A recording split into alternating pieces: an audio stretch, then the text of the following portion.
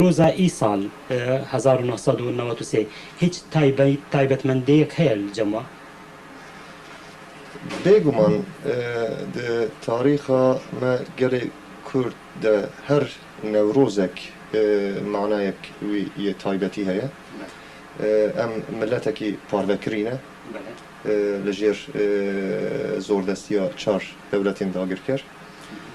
Newroza 1993 ez bi kêfxweşî dikarim bêjim ku bi kêmanî li beşek welatê me dibin desthilatdariya siyasî ya gelê me de tê pîrozkirin, bi azadî tê pîrozkirin. Lê Newroza 1993 li gel xwe ji bo hin aliyên din yê welatê me, ji bo gelê me yê ku li Bakurê Kurdistanê dijî, yê ku li Rojhilatê Kurdistanê dijî, bi metirsiya qetlîamên nû ve tije ye. Ez hêvîdarim li van beşê welatê me jî rojekî zûtir gelê me bikaribe Newrozê bi azadî û bi aşîtî pîroz bike. û ez hêvîdarim Newroza 1993 jî bi yekîtiya gelê me, bi çalakiya gelê me, ne bi qetlîama lê bi yekîtî û bi pêşvexistina têkoşînê ve derbas bibe.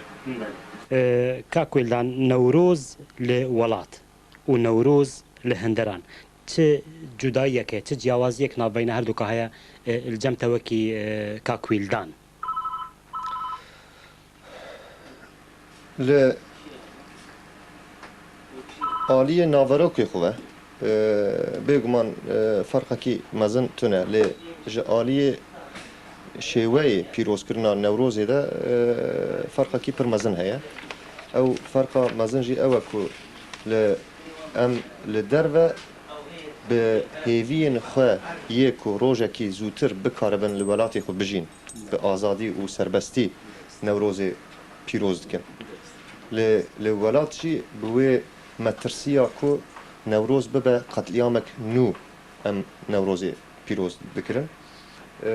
Ferqa li penaberî, di halên penaberî û li welêt pîrozkirina Newrozê ji bo min wekî şexs ev e. Ez her Newrozekî da zêdetir daxwazê min xurttir dibe ku rojekî zûtir ez bikaribim Newrozê li ser a xelkê welatê xwe yê azad pîroz bikim.